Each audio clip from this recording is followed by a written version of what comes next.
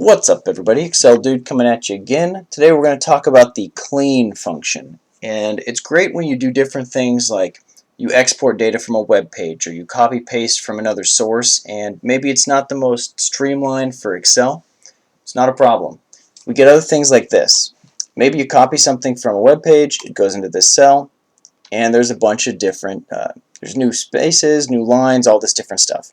It can change anything around here, and you're not going to go through here and hit delete, space, then go here, delete, enter, and do that. That's a waste of your time.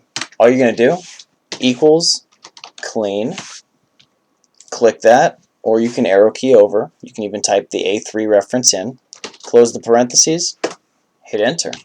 You've got yourself a setup in a normal syntax type of way. Now the only bummer is if you go in here, you type in, and you want that to go, why did I receive the data? You want it to be at the end of the cell. So why did I receive this data in this difficult format? Hello? It's a problem. All you have to do, copy it.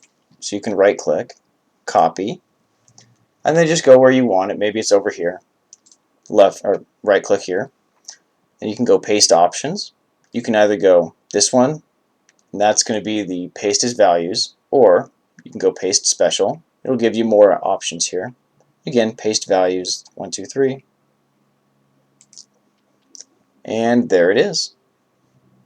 So you have that, and then it's going to let you go in here, type, things like that, and just add right in.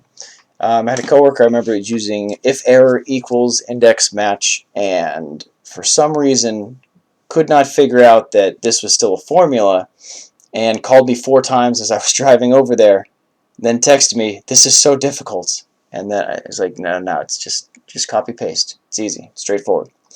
But now you can do that. Now you're the expert. And it's not that anyone knew it or didn't know it, it's just the fact that it's new, it's different.